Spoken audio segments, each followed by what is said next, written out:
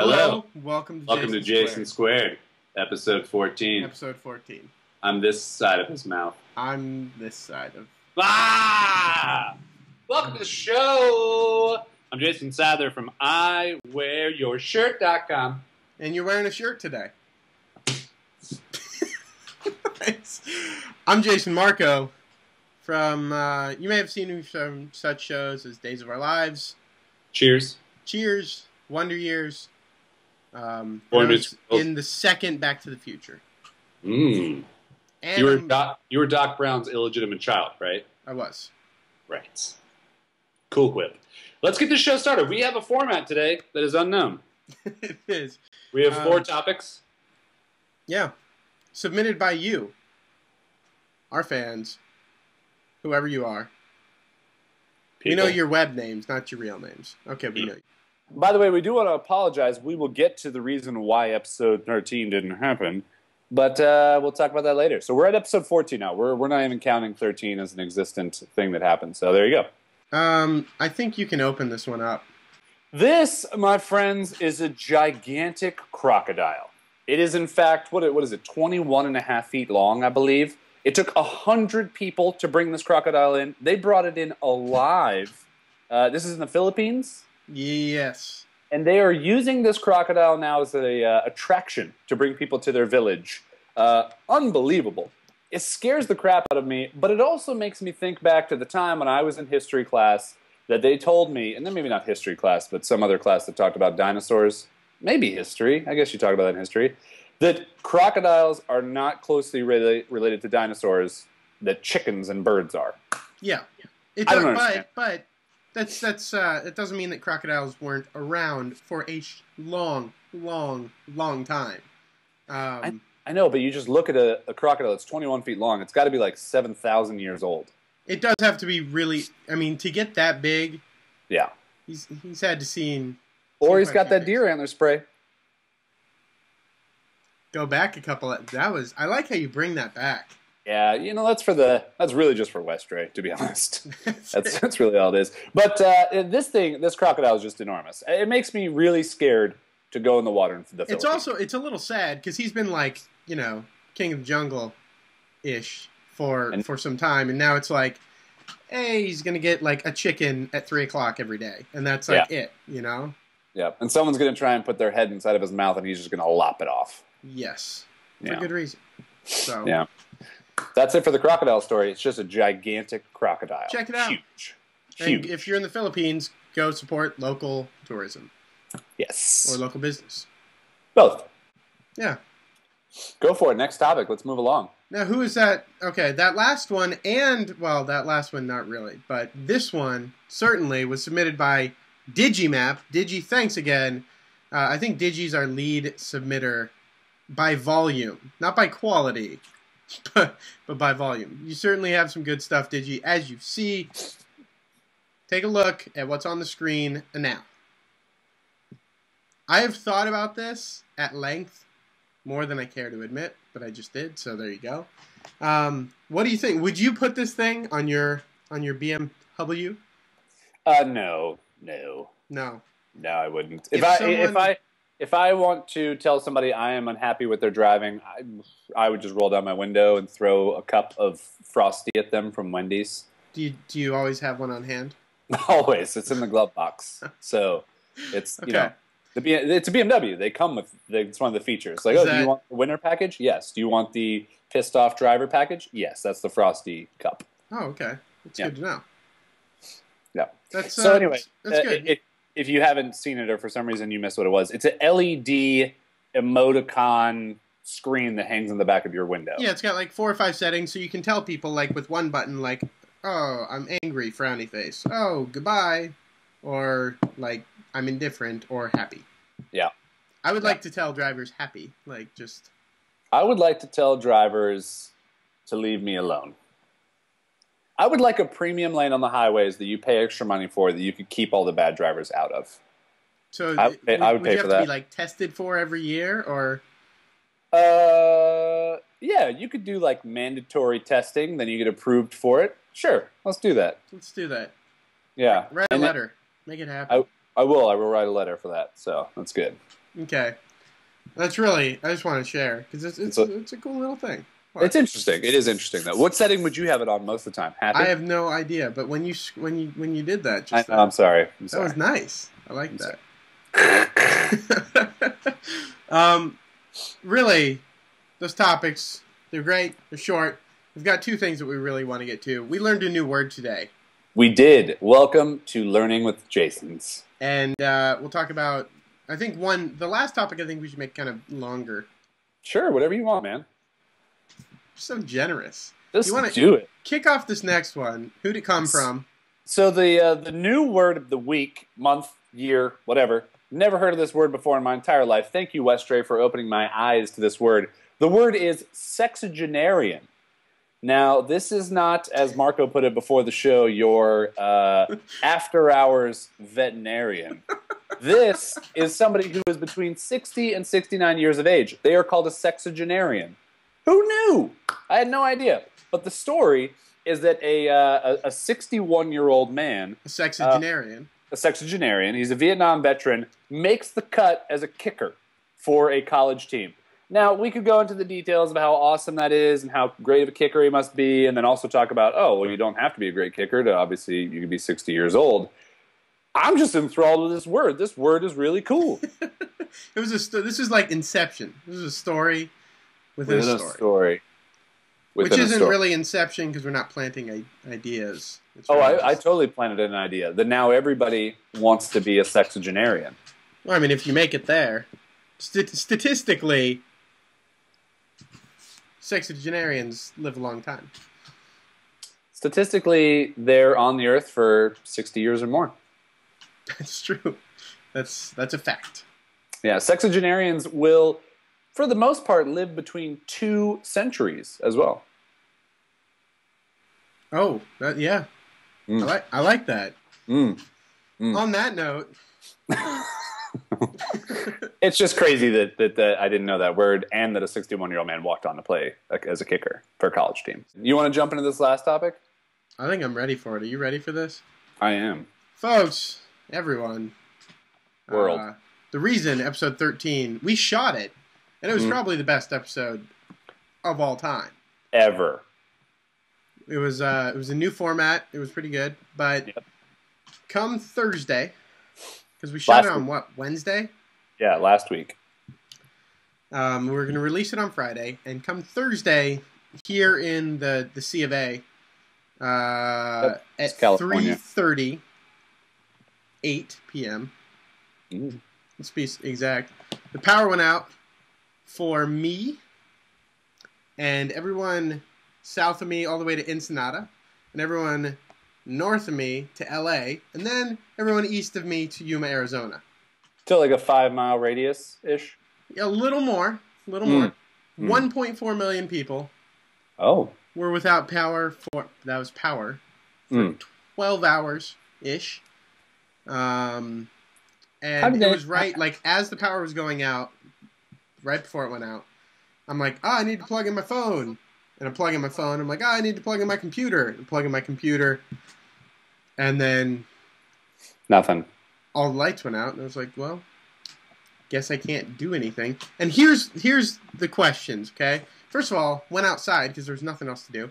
There were tons of people outside just walking around. Like, because we had nothing to do, right? And that just made me think, God, we are so sucked into things like this. We're contributing. At the same time... out to dry. Better half, and I realized. You okay? You okay? Yeah, I'm good. Okay. We realized how absolutely unprepared we were for any kind of anything, and you living on the hurricane coast might be different, but dude, we didn't have water. We didn't have all our food had to be cooked in some way. We don't have propane or anything like that.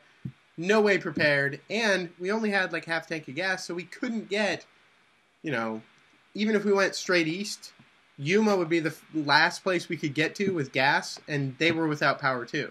So we were absolutely stranded. Yeah, it was for only 12 hours, but if power didn't come on for 3 days, we'd have been so screwed. So are you prepared for any form of a disaster of any kind? Couple thoughts on this. First of all, you're saying 1.4 million people went without Hot Pockets for 12 hours.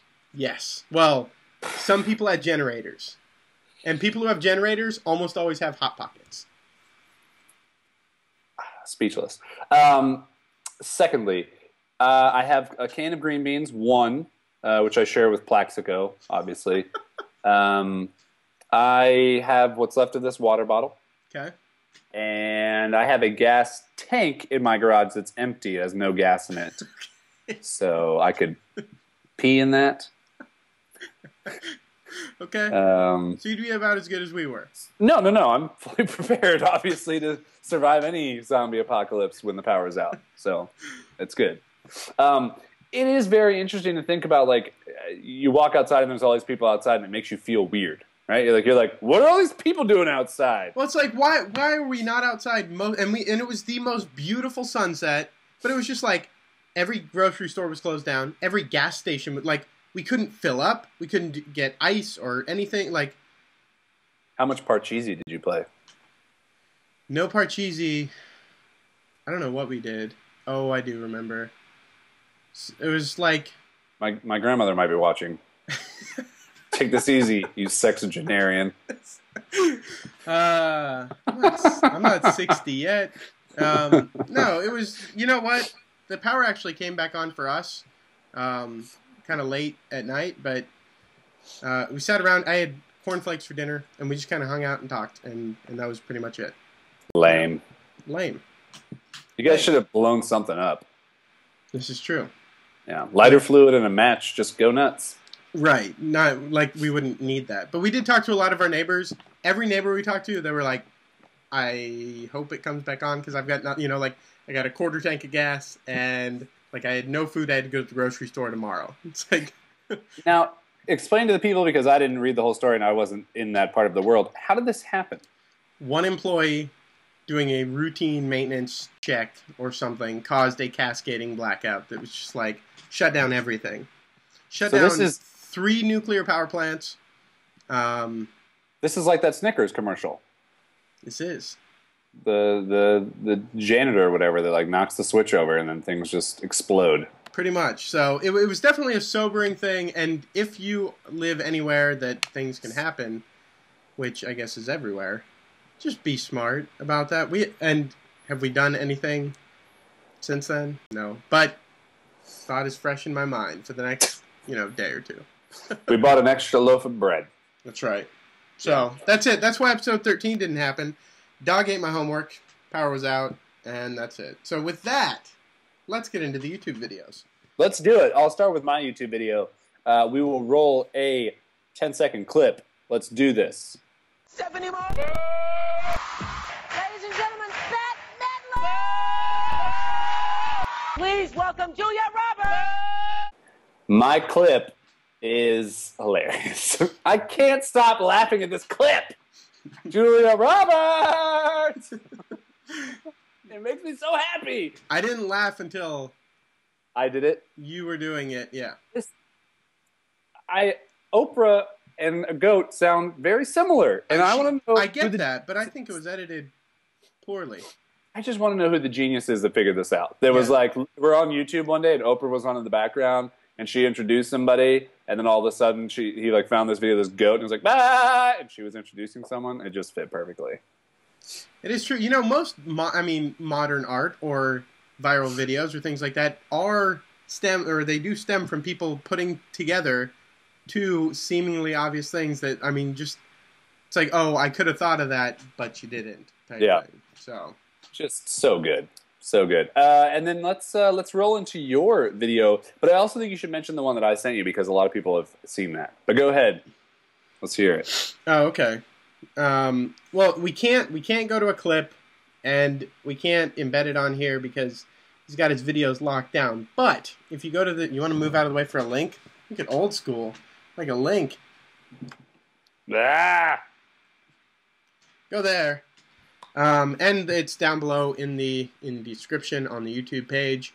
Jim Carrey sitting in with a bunch of like mega millionaires, billionaires even. Yeah. Bidding for art. And it's just really cool to see his reaction because he is very much, even though he's I would just call him an A-list celebrity, he is still, I don't know, human, humbled, shocked by the way people act, and he's just a freaking goober, and I love this video. So and he's hilarious. Like it's a hilarious video with like no words whatsoever. Like that just shows the talent that is Jim Carrey. So that's pretty awesome. But all right, so that was a good video. Jim Carrey's got a cool website. He does a lot of social media stuff, which I think is pretty awesome. Now, how about the video I told you that you had to watch shortly thereafter? We don't have to roll a clip or anything, but I'm pretty sure that people will know it if you mention it. What was it? Jim Carrey loves who? Emma Stone. Emma Stone. Just gets up here. He's like the #1 troll of all time. He is. Emma Stone, I think you're all the way beautiful. And then just goes on for like a 2-minute I want to know what prompted that. Nothing. At all. It's Jim Carrey. Jim Carrey. There have been a lot of really funny parodies of it. One girl called Daily Grace that Carol watches religiously, who's actually really funny, did one for Pat Sajak, which was a little bit dirtier than Jim Carrey's, but still equally funny. So I'll drop a link for you to that. If anybody wants to Google it, you can Google it. And that's the show. So I had question of the week last week, but because it didn't exist, you said you had a good question that popped in your mind. Yeah, but then I didn't. Oh, you didn't actually have a good question? I mean, I did, but that piece isn't hanging. I was going to ask if anyone knew who that was. Oh. But really. All right, I'll roll with the question. When you use Q-tips, do you wet them before putting them in your ears or not? Q-tips are great. Amazing. Amazing. Probably one of the most.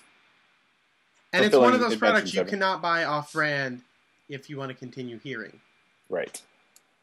So do you wet your Q-tips before you put them in, Marco? No. No, you're not a Q-tip wetter? No, but I am a strategic Q-tip user. My grandmother, get this, if you haven't had this done by a grandmother, you need to have this done. My grandmother would sit me on the toilet. She would take one Q-tip, make the water hot, put one end under the hot water, dry it off a little bit, clean out one of my ears with the warm end, use the dry end to clean it, then she would do the other side. I do this religiously now. I am like a trained animal. Did she do this recently? I'm going to go see her sometime soon. I will ask her to do it again. Yep. That would be great. Yep. This full-grown man with grandma like, oh, how's it going? By the way, my grandma is a sexagenarian. Bring on back. And That's she's awesome. like between 60 and 69, so. This is true. That is how old my grandmother is. But if she knew that we actually said that, she would be angry. She is 29 years old and has not aged since she turned 29. That's good. So what anniversary? Like 30-something. That's cool. Yeah, I don't know. Folks, peoples, it's been fun. It's been real. And it's been awesome. I'm out of here. Because we... thanks a lot. We're your hosts, Ghost.